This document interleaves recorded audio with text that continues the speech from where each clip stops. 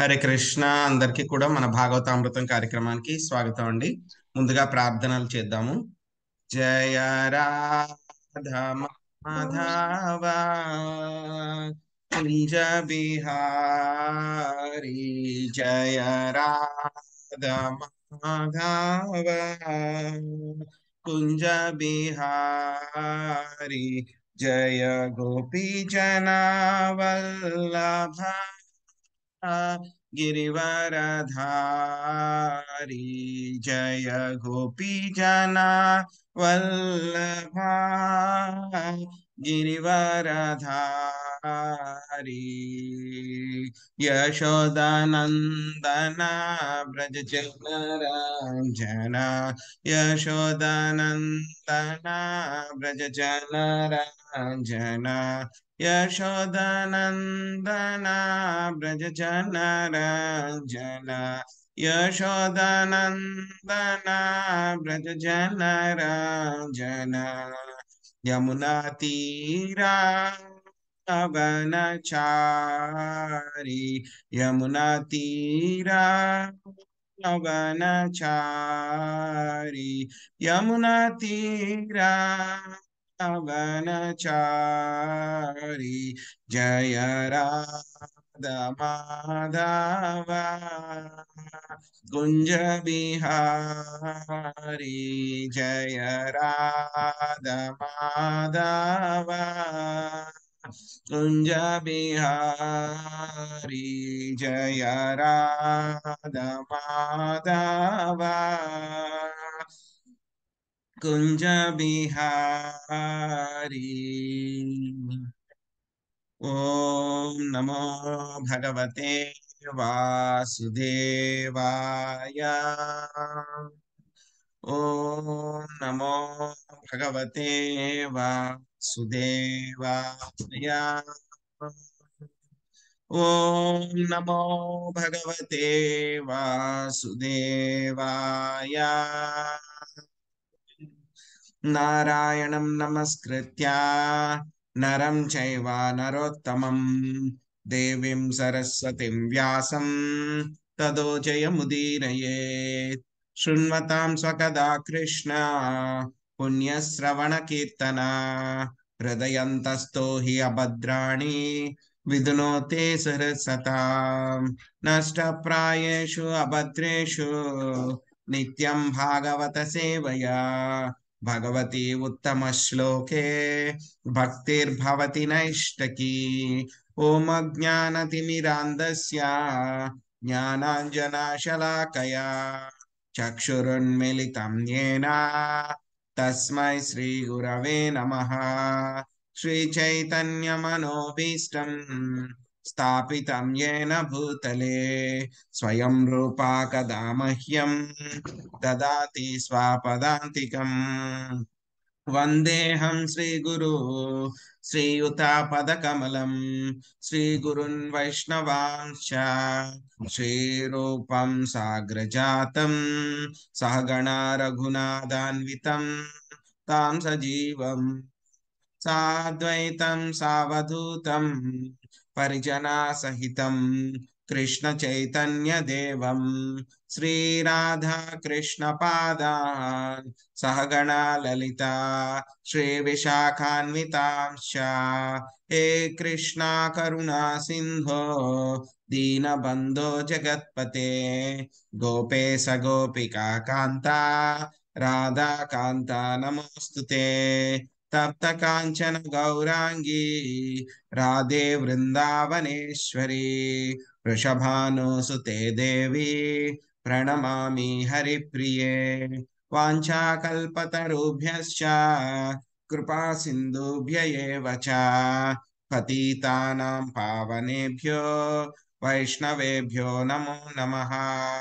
जय श्री कृष्ण चैतन्य प्रभु नित्यानंद, श्री अद्वैता गदाधरा श्रीवासादि गौर भक्त वृंदा। हरे कृष्णा कृष्ण कृष्णा हरे हरे, हरे राम राम राम हरे हरे।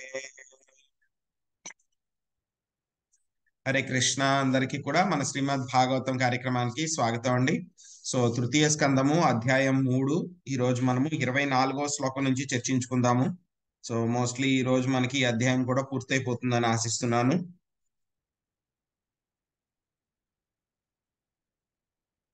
పుర్యాం కదాచిత్ క్రీడా భిర్యాధుభోజకుమరకై కోపితామునయాసేపు కోపితామునయాసే పున పుర్భగవన్మ తాకోవిదా. ఒకమారు యదు భోజవంశ రాకుమారుల క్రీడా కలాపములచే మహర్షులు కుపితులైరి. ఆ విధముగా భగవానుడు కోరినట్లు మునులు వారిని శపించిరి. ప్రసాద్ మాతాజీ చదవండి. హరే కృష్ణ ప్రభుజీ. హరే కృష్ణ. యదు భోజవంశపు రాకుమారులుగా పాత్ర పోషణను కావించినట్టి భగవానుని సహచరులు సాధారణ జీవులు కాదు. ఏ సాధు పురుషుని ఎడగాని లేదా ఋషి ఎడగాని వారు అపరాధమునర్చుట అసంభవ కార్యము.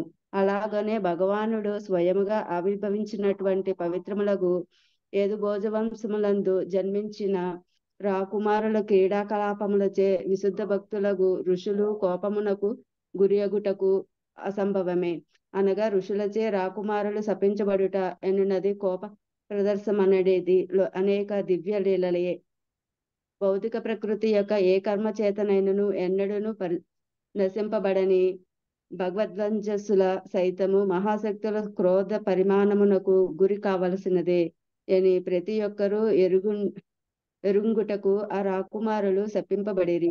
ఇంకా భగవద్భక్తుల పాదపద్మముల చెంత అపరాధ జరుగుకున్నట్లుగా ప్రతి వారును అమిత్ర శ్రద్ధను జాగ్రత్తను కొనవలసి ఉన్నది. హరే కృష్ణ ప్రభుజీ. హరే కృష్ణ. తర్వాత శ్లోకం కూడా చదువుకుందాం అండి. తతి కతిపయైర్మా స్వైరుష్ణి భోజాంధకాదయా యుయు ప్రభాసం సంహృష్ణ రథైర్దేవ విమోహిత. కొలది మాసములు గడిచిన పిమ్మట శ్రీకృష్ణునిచే విమోహితులై దేవతావతారములైన వృష్ణి భోజ అందక వంశస్థులందరూ ప్రభాస తీర్థమునకు జనిరి. భగవానుని నిత్య భక్తులు మాత్రమే అచ్చటకేగగా భగవానుని నిత్య భక్తులు మాత్రము అచ్చటి కేగక ద్వారక యందే నిలిచి ఉండిరి. సో మనకి అసలు ఆ విదురుడు అడిగారు కదండి, ప్రశ్న అడిగారు, ఏమైంది వాళ్ళందరూ క్షేమంగా ఉన్నారా అని చెప్పి ఎప్పుడైతే అడిగారో, సో ఆయన మొత్తము శ్రీకృష్ణ భగవానుడి యొక్క అన్ని లీలల్ని కూడా ఆయన అవతారం తీసుకున్న దగ్గర నుంచి కూడా ఆయన ఏ లీలలు చేశారు, బృందావనంలో ఏ లీలలు చేశారు, బాల్య లీలలు ఏమి చేశారు, ఆ తర్వాత బృందావనం తర్వాత మళ్ళీ ఏమి లీలలు చేశారు, కురుక్షేత్రంలో ఏమి చేశారు, ఆయన కురుక్షేత్ర యుద్ధం అయిన తర్వాత ఆయన ద్వారకాలో ఏ విధంగా ఆయన అందరితో పాటు ఉంటూ ఆయన చక్కగా ఆయన యొక్క కర్మలు ఏవైతే ఉన్నాయో వాటిని అన్నిటినీ కూడా ఏ విధంగా నిర్వర్తించారు అని చెప్పిన తర్వాత ఇప్పుడు ఇంకా చివరిగా యదువంశము ఏ విధంగా నాశనం అయింది అనేటువంటి విషయాన్ని చెప్పడం మొదలు పెట్టారనమాట. సో ఈ శ్లోకంలో చెప్తున్నారనమాట. ఏమవుతుందంటే కనుక యదు భోజవంశ రాకుమారుల క్రీడా కలాపములచే మహర్షులు కుపితులైరి. సో ఏం చేస్తారు అంటే కనుక శ్రీకృష్ణ భగవానుడి యొక్క కుమారుడు అనమాట సాంబుడు. సో జాంబవతి దేవి యొక్క కుమారుడు అనమాట. కొంచెం అల్లరి చేస్తూ ఉంటాడు అనమాట ఎక్కువ. కానీ ఆ యొక్క జాంబవతి కుమారుడు సాంబుడు అంటే కనుక శ్రీకృష్ణుడికి చాలా ఇష్టం అనమాట. ఒకసారి ఏం చేస్తారు, ఈ రాకుమారులందరూ కూడా సరదాగా ఆడుకుంటూ ఉంటారు. వాళ్ళు క్రీడా కలాపంగా నారదముని ఇంకా కొంతమంది ఋషులందరూ కూడా అక్కడ ఉంటారనమాట. ఏం చేస్తారు, ఈ రాకుమారులందరూ కూడా కలిసి ఈ యొక్క సాంబుడికి ఒక అమ్మాయి కింద వేషం వేసి తీసుకుని వస్తారనమాట. ఆవిడికి గర్భం వచ్చినట్లు ఇక్కడ కొంచెం బట్టలు అవన్నీ కూడా పెట్టేసి కడుపు దగ్గర ఆవిడ అమ్మాయి కింద డ్రెస్ చేసుకుని ఇలా తల కిందకి దించుకున్నట్టు తీసుకుని వస్తారనమాట. తీసుకుని వచ్చి వాళ్ళు ఏం చేస్తారు, ఆ ఋషులు ఎవరైతే ఉంటారో వాళ్ళని అడుగుతారనమాట. సో ఈవిడ సమ్ యాక్షన్ చేసి చెప్తారనమాట, ఈవిడ గర్భంతో ఉంది, ఈవిడ గర్భంలో ఉన్నటువంటి ఈ బిడ్డ ఆడబిడ్డ మగబిడ్డ చెప్పండి, మీరందరూ త్రికాలజ్ఞులు కదా అని చెప్పని అడుగుతారనమాట. అప్పుడు యాక్చువల్గా అక్కడ నారదముని ఇంకా ఋషులు అందరూ ఉంటారు. యాక్చువల్గా వాళ్ళందరికీ కూడా తెలుస్తుంది అనమాట ముందుగానే. సో ఏమని వాళ్ళు చూడగలరు అన్ని కూడా. ఈ విధంగా బట్టలు ఆ విధంగా వేషం వేసుకుని తీసుకుని వచ్చి ఒక అబ్బాయికి ఈ విధంగా అమ్మాయి పుడుతుందా అబ్బాయి పుడుతుందా అని అడుగుతున్నారు కాబట్టి వాళ్ళకి చాలా కోపం వస్తుంది అనమాట. ఆ కోపం రావడం మూలంగా వాళ్ళకి ఏం చెప్తారు అంటే కనుక, మీ యొక్క ఎవరైతే వ్యక్తి ఉన్నారో ఆ వ్యక్తి యొక్క గర్భం నుంచి ఒక ముసలం పుడుతుంది. ఆ యొక్క ముసలం మూలంగానే మొత్తం మీ యొక్క యాదవ వంశం అంతా కూడా వినాశనం జరుగుతుంది అని చెప్పి శాపం ఇచ్చేస్తారనమాట. సో వాళ్ళకి అర్థం అవదన్నమాట. సో వెంటనే భయపడిపోయి వాళ్ళు ఆయన యొక్క రాజుగారు అయినటువంటి ఉగ్రసేన్ మహారాజు దగ్గరికి వెళ్ళిపోతారనమాట. వాళ్ళు వెళ్ళి జరిగిందంతా కూడా చెప్తారనమాట. కానీ ఇక్కడ చెప్తుంది ఉద్ధవుడు చెప్తున్నారనమాట. ఇది జరిగిన విషయం అయితే, కానీ దాని వెనకాల ఉన్నటువంటి అంతరార్థం ఏమిటి అనేటువంటిది శ్రీల ప్రభుపాదుల వారు మనకి చెప్తున్నారనమాట. సో ఎవరైతే కనుక వృష్ణిభోజ వంశంలో ఉన్నటువంటి రాకుమారుల కింద ఎవరైతే కనుక జన్మించారో వాళ్ళెవరు కూడా సాధారణమైనటువంటి వ్యక్తులు కాదు. వాళ్ళెవరును వాళ్ళందరూ కూడా భగవంతుడి యొక్క శుద్ధ భక్తులు. శుద్ధ భక్తులు వాళ్ళందరూ దేవతల యొక్క స్థాయిలో ఉన్నారనమాట. వాళ్ళందరూ కూడా భగవంతుడి యొక్క భక్తులు అన్నమాట. సో వాళ్ళు ఈ విధంగా సాధు పురుషులతోటి పరిహాసం చేయడం అనేటువంటిది చాలా చాలా రేర్, అసంభవం. అసలు వాళ్ళు ఈ యొక్క సాధు పురుషులతోటి ఈ విధంగా పరిహాసం అనేటువంటిది వాళ్ళు చెయ్యరు. కానీ ఎందుకు చేశారు అని అంటే కనుక అది శ్రీకృష్ణ భగవానుడి యొక్క ఇచ్చ కాబట్టి ఆ విధంగా జరిగింది.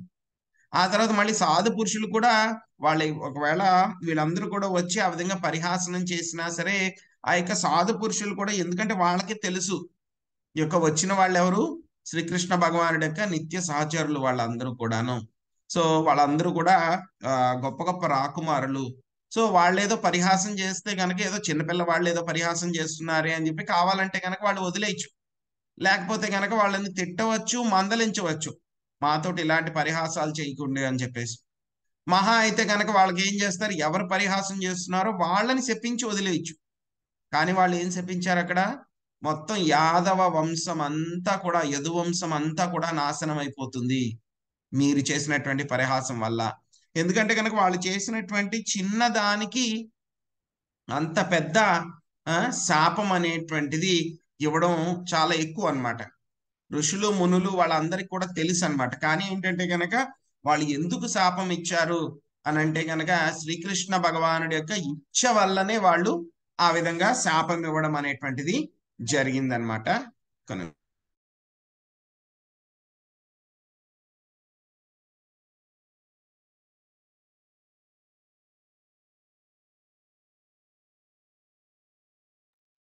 వాళ్ళు శ్రీకృష్ణ భగవానుడి యొక్క కోరిక మేరకే వాళ్ళు ఋషులు అంత పెద్ద శాపం ఇవ్వడం జరిగింది అని చెప్పి చెప్తున్నారు అనమాట. సో దీన్ని బట్టి మనం అర్థం చేసుకోవాల్సింది ఏమిటి అంటే కనుక, మనందరికీ కూడా ఇందులో ఒక లెసన్ ఉందన్నమాట. సో మనము ఎంత భక్తిలో ముందుకు వెళ్ళినా సరే, ఎంత భక్తిలో మనం ముందుకు వెళ్ళిపోయినా సరే, ఎప్పుడు కూడా మనము ఆ యొక్క భగవద్భక్తులు ఎవరైతే ఉంటారో వాళ్ళ పట్ల మనము వైష్ణవాపరాధాలు అవ్వకుండా చూసుకోవాలి, చాలా జాగ్రత్తగా ఉండాలి. మనం ఎంత సీనియర్ డివోటీస్ అయిపోయినా సరే. సో ఈ యొక్క వైష్ణవ అపరాధం జరిగితే కనుక మనకి ఎంత మంచి స్థాయిలో ఉన్నా సరే భక్తిలో మనము నాశనం అయిపోతాము. సో అదే విధంగా యొక్క భగవంతుడి యొక్క వంశంలో ఉన్నటువంటి వాళ్ళు కూడా ఎవరైతే కనుక భక్తుల యొక్క క్రోధానికి గురైతే వాళ్ళు కూడా నాశనం అయిపోతారు అని చెప్పేసి స్వామి ఆ విధంగా మనందరికీ కూడా నేర్పించడం కోసం అని చెప్పేసి ఈ విధమైనటువంటి స్వామి లీల చేయడం జరిగిందనమాట. సో ఆ తర్వాత ఏమవుతుంది, కొన్ని నెలలు జరిగిన తర్వాత వీళ్ళందరూ కూడా యొక్క శ్రీకృష్ణ భగవానుడి చేత విమోహితులై వాళ్ళందరూ కూడా యొక్క ప్రభాస తీర్థానికి వెళ్తారనమాట. సో ఎవరు వెళ్తారు అని అంటే గనక, మొత్తము మనం చెప్పుకున్నాం ఇంతకు ముందు. సో రకరకాలైనటువంటి వ్యక్తులు ఆ యదు వంశంలో జన్మ తీసుకున్నారు. కొంతమంది స్వామి యొక్క నిత్య సహచరులు, వాళ్ళందరూ కూడా డైరెక్ట్ గా వైకుంఠం నుంచి, గోలోక బృందావనం నుంచి వచ్చిన వాళ్ళు అనమాట. సో కొంతమంది ఏమిటి, మనము యొక్క శ్రీకృష్ణ అవతారంలో ముందుగానే చెప్పుకున్నట్లు ఏమనుకున్నాం మనం, కొంతమంది దేవతలు ఉంటారు.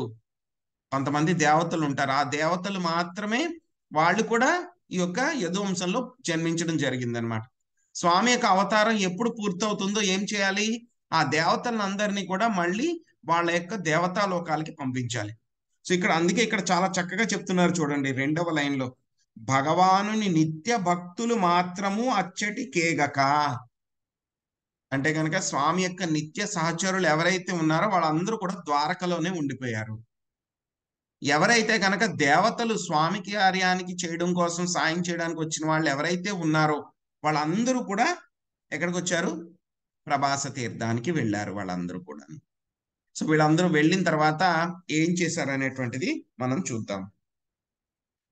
తత్ర స్నాత్వా పితృన్ దేవా ఋషింశ్చైవ తదంభసా తర్పయిత్వాద విప్రేభ్యో గావో బహు గుణాదుధూ.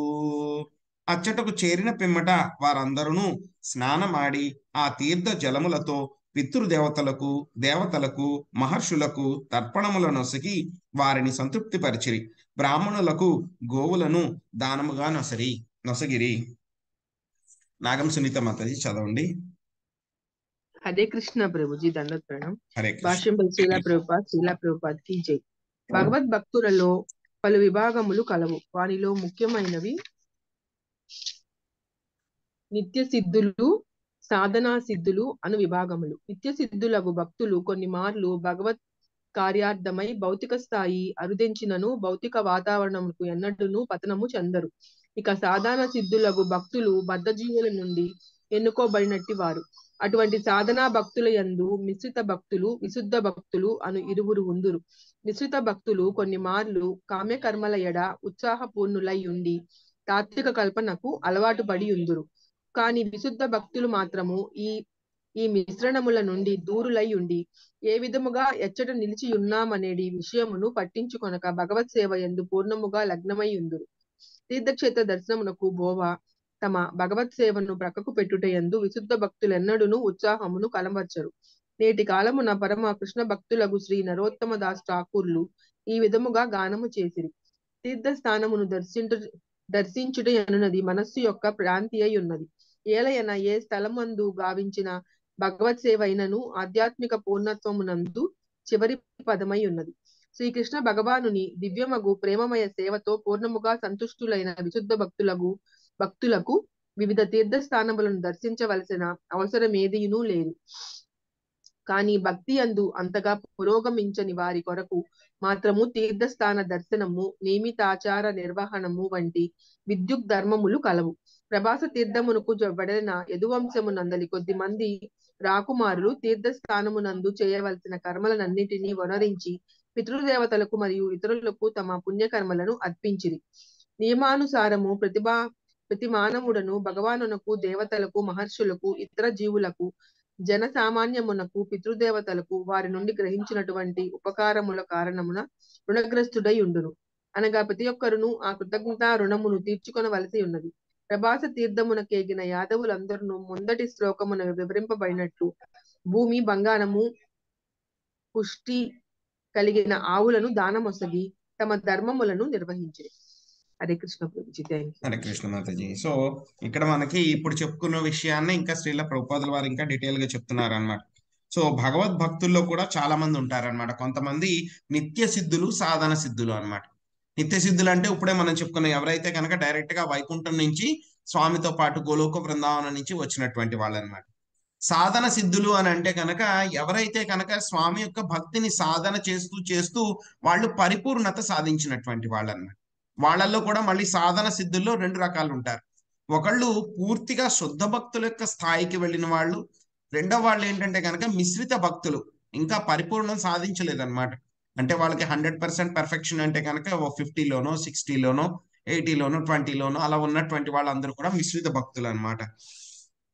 సో ఈ యొక్క మిశ్రిత భక్తులని ఉంటారనమాట. ఈ యొక్క మిశ్రిత భక్తులు కామ్య కర్మల పట్ల వాళ్ళు ఉత్సాహం ఎక్కువగా ఉంటుందన్నమాట. తాత్విక కల్పనలకి వాళ్ళు అలవాటు పడిపోయి ఉంటారనమాట.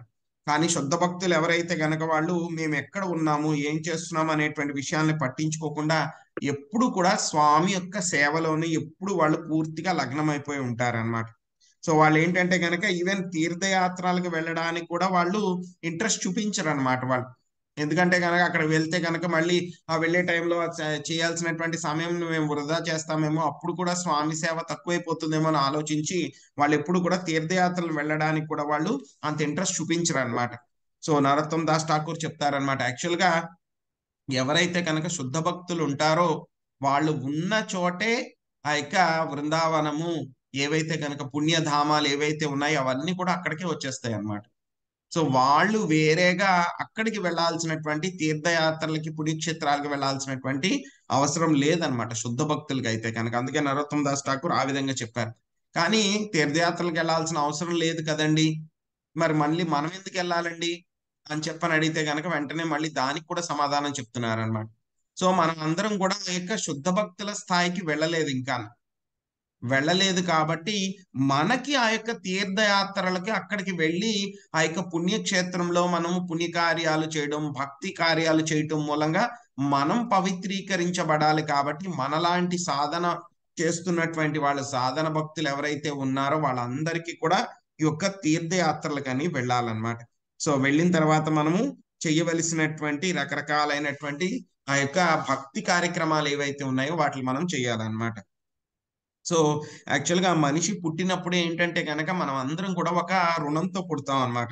సో అది దైవ రుణం ఉంటుంది, ఋషి రుణం ఉంటుంది, తల్లిదండ్రులకి పితృదేవతలకి మనం రుణపడి ఉంటాం. ఎందుకంటే కనుక వాళ్ళ దగ్గర నుంచి మనం రకరకాలైనటువంటి ఫెసిలిటీస్ అన్ని కూడా పొందుతున్నాం అన్నమాట. సో పితృదేవతలకు ఉండేటువంటి రుణము, జీవుల పట్ల ఉండేటువంటి రుణము, మామూలుగా జనసామాన్యానికి ఉండేటువంటి రుణము. సో ఈ రుణం అన్నిటినీ కూడా మనము పూర్తి చేసుకోవాల్సి ఉంటుంది అనమాట. సో అందుకని అక్కడ ప్రభాస క్షేత్రానికి వెళ్ళిన తర్వాత ఎవరైతే కనుక ఈ యొక్క సాధన సిద్ధులు ఎవరైతే ఉన్నారో వాళ్ళలో కూడా మిశ్రిత భక్తులు ఎవరైతే ఉన్నారో వాళ్ళందరూ కూడా ఏం చేశారంట, రకరకాలైనటువంటి దాన ధర్మాలు అవన్నీ కూడా వాళ్ళు చేయడం జరిగింది అనమాట. తర్వాత ఏం జరుగుతుంది చూద్దాం. హిరణ్యం రజతం సయ్యాం వాసాంస్య జినకంబలాన్ యానం రథాని భాన్ కన్యా ధరామృత్తి కరీమపి. చక్కగా పోషింపబడిన ఆవులు మాత్రమే కాక బంగారము, బంగారు నాణెములు, సయ్య వస్త్రములు, జంతు చర్మపు ఆసనములు, కంబళ్ళు, అశ్వములు, గజములు, కన్యలు, పోషణకై తగినంత స్థలము మొదలగునవి బ్రాహ్మణులకు దానమందు వసగబడినవి. చంద్రమాతాజీ చదువుతారండి. హరే కృష్ణ ప్రభుజీ, ధన్యవాద ప్రణామం. హరే కృష్ణ. శ్రీల ప్రభుపాదుల వారి భాష్యము. శ్రీల ప్రభుపాదుల వారికి జై. సంక్షేమము ఆధ్యాత్మికము భౌతికము అను రెండు విధములు అయినవి కొరకు పూర్తిగా జీవితములను అంకితం చేసినట్టు బ్రాహ్మణులచే ఈ దానములన్నీయును ఉద్దేశించబడినవి. బ్రాహ్మణులైన వారు బెత్తము పుచ్చుకొని సేవకుల వలె తమ తమ సేవల నొసగనిడి వారు కాదు. సమాజమే వారికి అన్ని విధములైన అవసరములను సమకూర్చేది. ఈ విహాముకుట కష్టమైనటువంటి కొందరు బ్రాహ్మణులకు కన్యల నొసగునట్లుగా ఏర్పాటు చేయబడెను. అనగా బ్రాహ్మణులకు ఎట్టి ఆర్థిక ఇబ్బందులను లేకుండాను క్షత్రియ రాజులు మరియు ధనికులకు వైశ్యులు వారికి అవసరమైనటువంటి అన్నిటినీ సమకూర్చేది వారు. కానీ ప్రప్రథముగా బ్రాహ్మణులు సంఘము యొక్క ఔన్నత్యమునికే తమను తాము పూర్తిగా అంకితము కావించుకున్నది. వివిధ వర్ణముల నడుమ గల సామాజిక కాలపు విధానం ఇది. బ్రాహ్మణ తరగతి లేదా వంశము వారు బ్రాహ్మణ లక్షణములు లేనప్పటికీ సమాజమునే పోషించబడి క్రమంగా సుఖజీవనమునకు అలవాటు పడిరి. ఆ విధంగా వారు బ్రాహ్మణ బంధువులుగా అయోగ్యులను బ్రాహ్మణులు పతనం చెందిరి. ఆ రీతి సంఘముని అందలి ఇతర సభ్యులు సైతము ప్రామాణిక పురోగమన జీవనం నుండి క్రమముగా పతనము చెందిరి. భగవద్గీత యందు వర్ణించబడినట్లుగా వర్ణ వ్యవస్థ శ్రీకృష్ణ భగవానుని చేతనే సృష్టించబడినది. అది సమాజమునకు వనరింపబడదు. కర్మ యొక్క గుణము వసుసరించే ఏర్పాటు చేయబడినది, కానీ జన్మ హక్కు దృష్ట్యా కాదు. కానీ ప్రస్తుత పతిత సమాజం నందు ఆ రీతిగానే తప్పుగా ప్రకటించబడుచున్నది. హరే కృష్ణ. హరే కృష్ణ మాతాజీ. సో వాళ్ళందరూ కూడా ఏం చేశారంట, అక్కడికి వచ్చినటువంటి బ్రాహ్మణులకి చక్కగా వాళ్ళకి ఆవులు మాత్రమే కాకుండా బంగారు నాణాలు, అదే విధంగా ఆ యొక్క బెడ్స్ అన్నమాట, ఏ విధంగా సయ్యలు, ఫర్నిచర్స్ ఎలాంటివి అయితే ఉంటాయో, వాళ్ళకి కావాల్సినటువంటి వస్త్రాలు, వాళ్ళకి ఇవ్వాల్సినటువంటి చర్మాలతో తయారు చేసినటువంటి ఆసనాలు, వాళ్ళకి రకరకాలైనటువంటి దుస్తులు, కంబళ్ళు, అదే విధంగా వాళ్ళకి గుర్రాలు, గజములు అంటే ఏనుగులు కూడా వాళ్ళకి దానం ఇచ్చారంట, కన్యలు, పోషణ కోసం వాళ్ళకి తగినటువంటి స్థలము, ఇవన్నీ కూడా బ్రాహ్మణులు ఎవరైతే వచ్చారో వాళ్ళందరికీ కూడా ప్రభాస తీర్థంలో వాళ్ళందరికీ కూడా దానం ఇచ్చారంట. సో ఈ యొక్క ఇక్కడ ప్రభుపాద్ గారు మనకి వర్ణాశ్రమ పద్ధతి గురించి చెప్తున్నారనమాట. సో ఎవరైతే కనుక చక్కని బ్రాహ్మణులు ఎవరైతే ఉంటారో, చాలా క్వాలిఫైడ్ అర్హత కలిగినటువంటి బ్రాహ్మణులు ఎవరైతే ఉంటారో వాళ్ళందరికీ కూడా ఇదివరకు వాళ్ళు పోషణ కోసం ఎవరి దగ్గరికి వెళ్ళి వాళ్ళు పని చేయాల్సినటువంటి అవసరం లేదు. సో ఏదో ఒక ఉద్యోగం చేయడమనో, ఎవరి క్రిందనో వాళ్ళకి పని చేయాల్సినటువంటి అవసరం లేదనమాట వాళ్ళు. సో ఏవైతే కనుక వాళ్ళకి కావాల్సినటువంటి అవసరాలు ఏవైతే ఉన్నాయో వాటిలన్నింటినీ కూడా రాజు చూసుకునే వాళ్ళు, క్షత్రియులు చూసుకునేటువంటి వాళ్ళు అనమాట. క్షత్రియులు, అదే విధంగా ధనికులైనటువంటి వైశ్యులు ఎవరైతే ఉంటారో వాళ్ళు కూడా చూసుకునేవాళ్ళు. వాళ్ళకి ఏం కావాలన్నా సరే ఇచ్చేవాళ్ళు అనమాట. సో అందుకే వాళ్ళకి ఇది వరకు చాలా భూములు అవన్నీ కూడా ఇచ్చేసేవారు, అగ్రహారాలు అనమాట, ఊళ్ళే వాళ్ళ పేరు మీద రాసి ఇచ్చేసేవారు అనమాట ఇది వరకు. ఎందుకంటే కనుక అటువంటి బ్రాహ్మణులు ఎవరైతే ఉన్నారో వాళ్ళు సంఘం యొక్క మంచి కోసం, వాళ్ళు అందరి యొక్క అభివృద్ధి కోసము, ఆధ్యాత్మిక అభివృద్ధి కోసము వాళ్ళకి ఏం చేయాలని వాళ్ళందరినీ కూడా చక్కగా చూసుకునేవాళ్ళు. సొంత పిల్లల్లాగా వాళ్ళకి డైరెక్షన్స్ అవి ఇచ్చి, అలా చెయ్యండి, ఇలా చేయకూడదు అని చెప్పేసి, అలా చేయడానికి వాళ్ళ దగ్గర డబ్బులు ఏమి కూడా తీసుకునేటువంటి వాళ్ళు కాదనమాట. ఎందుకంటే వాళ్ళకి కావాల్సినవి ఏమైతే ఉన్నాయో అవన్నీ కూడా వాళ్ళకి ఆటోమేటిక్ గా రాజులు, అదే విధంగా ధనికులైనటువంటి వైశ్యులు ఇచ్చేవారు అనమాట. కానీ ఏమైంది, over a period of time ఏమైపోయిందంటే కనుక బ్రాహ్మణులు ఎవరైతే ఉన్నారో వాళ్ళు, బ్రాహ్మణులు అనేటువంటిది ఆ యొక్క జన్మ ద్వారానే వస్తుంది అని చెప్పేసి, బ్రాహ్మణుల యొక్క సంతానానికి వాళ్ళకి అర్హత లేకపోయినా సరే వాళ్ళు బ్రాహ్మణుల లాగా అందరి దగ్గర నుంచి కూడా దానాలు తీసుకుని సుఖ జీవనానికి అలవాటు పడిపోయి వాళ్ళు అదొక సుపీరియారిటీ కింద తీసుకుని ఆ విధంగా తయారయ్యి ఏమైపోయిందంటే కనుక ఈ యొక్క బ్రాహ్మణ వ్యవస్థ అనేటువంటిది కల్చర్ పాడైపోయింది అనమాట. సో వాళ్ళందరినీ కూడా ఏంటి, అయోగ్యమైనటువంటి బ్రాహ్మణులు, బ్రాహ్మణ బంధువుల కింద వాళ్ళు పతనం చెందారు. సో అదే విధంగా ఎవరైతే క్షత్రియులు ఉన్నారో వాళ్ళు కూడా క్షత్రియుల కింద లేరు అనమాట, వాళ్ళు కూడా పతనం చెందారు. సో వైశ్యులు కూడా అదే విధంగా పతనం చెందారు. ఎందుకు కారణం అంటే కనుక ఈ యొక్క కులం అనేటువంటిది బై బర్త్, జన్మ ద్వారా వచ్చేటువంటిది కాదు, అది వాళ్ళ యొక్క గుణాన్ని బట్టి వస్తుంది. అదే మనకి భగవద్గీతలో స్వామి చెప్పారు, చతుర్వర్ణం మయా సృష్ట్యం గుణకర్ణ విభాగశః. గుణము, అదే విధంగా వాళ్ళు చేసేటువంటి కర్మలను బట్టి కూడా ఈ యొక్క వర్ణాశ్రమ పద్ధతి అనేటువంటిది డివైడ్ అవుతుంది అని చెప్పి స్వామి చెప్పారనమాట. అన్నం చోరు రసం తేభ్యో దత్వా భగవదర్పణం గోవిప్రార్థా సవసూరా ప్రణేముర్భువి మూర్ధభి. అటు పిమ్మట వారు భగవదర్పితమగు రుచికర ఆహారములను బ్రాహ్మణుల కొసగి శిరములచే నేలను త్రాకి వారికి గౌరవపూర్వక వందనములు నర్పించిరి. ఆ రీతి వారు గోబ్రాహ్మణులను రక్షించుచు చక్కగా నుండిరి. హరే కృష్ణ ప్రభుజీ. హరే కృష్ణ మాతాజీ, మీరు మొదటి పారాగ్రాఫ్ చదవండి. సునీత హరిబాబు మాతాజీ మీరు రెండో పారాగ్రాఫ్ చదవండి. శాంతి మాతాజీ మూడో పారాగ్రాఫ్ చదవండి. భాష్యము. ప్రభాస తీర్థమునందు యదువంశీయులు ప్రదర్శించినటువంటి నైజము అత్యంత నాగరికమును, మానవ జీవమును పూర్ణత్వమునకు చక్కగా సరిపోవునది అయి ఉన్నది. మానవ జీవన పూర్ణత్వము 3 నాగరికత నియమములను అనుసరించుట ద్వారా సిద్ధింపగలదు. అవి ఏ గోరక్షణము, బ్రాహ్మణత్వమును పోషించుట, అన్నింటికీ మించి శ్రీకృష్ణ భగవానునికి విశుద్ధ భక్తులగుట అనున్నది. కృష్ణ భక్తులు కాకుండా ఎవ్వరును మానవ జీవితమును పూర్ణము కావించుకొనజాలరు. జన్మము, మృత్యువు, వ్యాధి, ముసలితనము లేనటువంటి ఆధ్యాత్మిక జగమునకు ఉద్ధరింపబడుటయే మానవ జీవన పూర్ణత్వము. అది ఏ మానవ జీవన అత్యున్నత పూర్ణ లక్ష్యము. అట్టి లక్ష్యం లేనప్పుడు నామమాత్ర సౌఖ్యములందు ఎంతటి భౌతిక పురోగతి అయినను మానవ జీవితమునకు కేవలము పరాజయమే చేకూర్చగలదు. హరే కృష్ణ ప్రభుజీ. హరే కృష్ణ. తొలుత భగవద్ దర్శితము కానటువంటి ఏ ఆహారమైనను బ్రాహ్మణులు గాని వైష్ణవులు గాని స్వీకరింపరు. కృష్ణార్పితమైనటువంటి ఆహార పదార్థములు భక్తులు భగవత్ కరుణగా స్వీకరించరు. నిజమునకు భగవానుడే అన్ని విధములకు ఆహార పదార్థములను మానవులకు మరియు ఇతర జంతువులకు సమకూర్చును. ధాన్యము, కూరగాయలు, పాలు, జలము మొదలగు ప్రధాన జీవనావసరములు భగవానుని చేత మానవునికి పొసగబడుచున్నవి అనియు అట్టి ఆహార పదార్థములు ఏ శాస్త్రజ్ఞుని చేత గాని భౌతికవాది చేత గాని రసాయన శాలయందు లేదా మానవ యత్నముతే నెలకొల్పబడిన కర్మాగారమునందు తయారు చేయబడ జాలవని మానవుడు తప్పక ఎరుగవలెను. మేధావి వర్గపు జనులు బ్రాహ్మణులని పిలువబడగా పరతత్వముని అతని పరమోత్కృష్టమగు స్వీయ రూపమునందు అనుభూతమునొచ్చుకొనిన వారు వైష్ణవులని పిలువబడుదురు. వారిరువురు యజ్ఞశేషితమగు ఆహారము స్వీకరించు. యజ్ఞ పురుషుడగు విష్ణువు సంతృప్తి పరచుటకే యజ్ఞము చరముగా ఉద్దేశింపబడినది.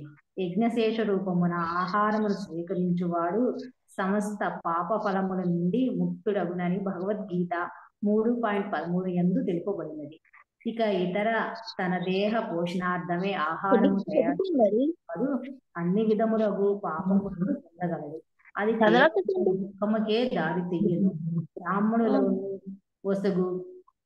వసగుటి కొరకై ప్రభాస్ తీర్థమునందు యాదవులచే తయారు చేయబడిన ఆహార తొలుత దేవదేవుడగు విష్ణువునకు అర్పింపబడినవి. యాదవులందరూ శిరమును నేల కానించి తమ శ్రద్ధాపూర్వక వందనములు నర్పించిరి. యాదవులు గాని లేక వైదిక సంస్కృతి యందు జ్ఞానవంతులైన ఏ వంశం వారు గాని వివిధ వర్ణముల నడుమ పూర్ణ సహకారముతో మానవ జీవన పూర్ణత్వమును బడియటికి శిక్షణ నొసగబడినది. హరే కృష్ణ ప్రభుజీ. దండవత్ ప్రణామం. హరే కృష్ణ. ఉరు రసం అనే పదము సైతము ఇచట ప్రధానమైనది. కేవలము ధాన్యము, కాయగూరలు, క్షీరములు సమ్మేళనముచే వందలాది వ్యంజనములను తయారు చేయవచ్చును. అట్టి ఆహార పదార్థములన్నీయును సత్వగుణ ప్రధానములు కనుక వాటిని దేవదేవుడగు శ్రీకృష్ణునికి అర్పించవచ్చును. భగవద్గీత 9వ అధ్యాయం 26వ శ్లోకమందు తెలుపబడినట్లుగా ఫలములు, పుష్పములు, పత్రములు, ద్రవములు పరిధిలోనున్న ఆహార పదార్థములనే అదియును వాటిని పూర్ణ భక్తితో అర్పించినప్పుడే శ్రీకృష్ణ భగవానుడు స్వీకరించును. అనగా కేవలము భక్తియే యథార్థమైన అర్పణమునకు ప్రమాణమై ఉన్నది.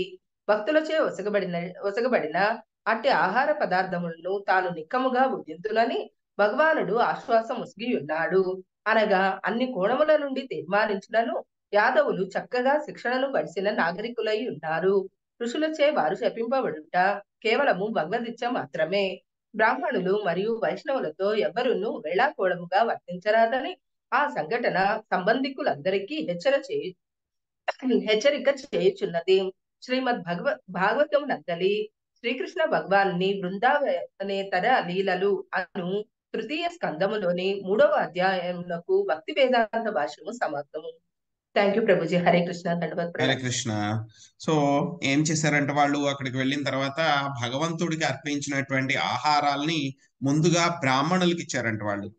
వాటిని బ్రాహ్మణులకు అర్పించిన తర్వాత వాళ్ళు ఏం చేశారు, వాళ్ళ యొక్క తలల్ని నేలకు తాకి అంటే కనుక వాళ్ళందరికీ కూడా వాళ్ళ యొక్క తలలు వంచి వాళ్ళకి నమస్కారాలను అర్పించారు అనమాట. సో ఆ విధంగా వాళ్ళు ఏం చేస్తున్నారు, గో బ్రాహ్మణులను చక్కగా రక్షించుచూ ఉన్నారనమాట. యాక్చువల్గా వీటిని బట్టి చూస్తే కనుక వాళ్ళ యొక్క బిహేవియర్, వాళ్ళ యొక్క ప్రవర్తన ఏ విధంగా ఉంది అని అంటే కనుక వాళ్ళ యొక్క నాగరికత చాలా హై క్లాస్ గా ఉందన్నమాట. ఎవరైతే వంశంలో ఉన్నటువంటి వాళ్ళు ఎవరైతే ఉన్నారో వాళ్ళందరి యొక్క నాగరికత కూడా అన్నమాట ఎలా ఉంది అని అంటే కనుక వాళ్ళు ఏం చేస్తున్నారు, ఆ యొక్క 3 రకాలైనటువంటి విషయాలు చాలా ముఖ్యమైనటువంటివి అని చెప్పారనమాట ప్రభుపాద్ గారు. సో ఒకటి గోరక్షణము, రెండవది బ్రాహ్మణత్వాన్ని పోషించడము, అన్నిటికంటే కూడా ఎక్కువ శ్రీకృష్ణ భగవానుడికి విశుద్ధ భక్తులు అవ్వడము అనమాట. సో ఎవరు కూడా శ్రీకృష్ణ భగవానుడి యొక్క శుద్ధ భక్తులు అవ్వకుండా పరిపూర్ణత్వాన్ని ఎవరు కూడా పొందలేరు. మానవ జీవితం యొక్క పరిపూర్ణం ఏమిటి అంటే కనుక ఈ యొక్క జన్మ మృత్యు జరా వ్యాధి అనేటువంటి యొక్క సైకిల్ అన్నమాట, ఈ యొక్క చక్రం నుంచి బయటపడడమే మానవ జీవితం యొక్క అత్యున్నత పూర్ణ లక్షణం అన్నమాట. సో అటువంటి లక్షణాలు లేకపోతే కనుక ఎవరైనా సరే ఈ యొక్క రకరకాలైనటువంటి సౌఖ్యాలు ఏమైతే ఉన్నాయో వాటిల్లో వాళ్ళు సౌఖ్యాలు అనుభవిస్తూ ఏం చేస్తూ ఉంటారు, వాళ్ళ యొక్క మానవ జీవితాన్ని వాళ్ళు నాశనం చేసుకుంటూ ఉంటారని చెప్పి చెప్తున్నారు అన్నమాట. సో ఆ తర్వాత ఇంకేం చెప్తున్నారు, యొక్క ఏ ఆహార పదార్థాలైనా సరే భగవంతుడికి అర్పిస్తే మాత్రమే ఆ యొక్క బ్రాహ్మణులు గాని వైష్ణవులు గాని తీసుకుంటారు, లేకపోతే కనుక అర్పించినటువంటి ఆహార పదార్థాన్ని వాళ్ళు తీసుకోరన్నమాట.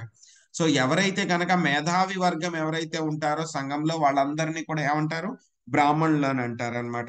సో కానీ ఎవరైతే కనుక ఆ యొక్క పరతత్వము అయినటువంటి శ్రీకృష్ణ భగవానుడి యొక్క పరమ ఉత్కృష్టమైనటువంటి స్వీయ రూపాన్ని వాళ్ళు అనుభూతం చేసుకున్నటువంటి వాళ్ళని ఏమంటారు, వైష్ణవులు అని అంటారు అనమాట.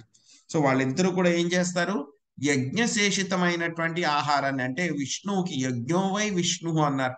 సో విష్ణువుకి అర్పించినటువంటి ఆహారాన్ని మాత్రమే వాళ్ళు తీసుకుంటారు. సో ఆ విధంగా వాళ్ళు చేయటం మూలంగా ఏమవుతారు, వాళ్ళు అన్ని రకాలైనటువంటి పాపాల నుంచి కూడా బయటపడతారు వాళ్ళు. లేకపోతే గనక ఎవరైనా సరే అర్పించినటువంటి ఆహారాన్ని తీసుకుంటే గనక వాళ్ళందరూ కూడా పాపాన్ని తింటున్నట్టే అన్నమాట.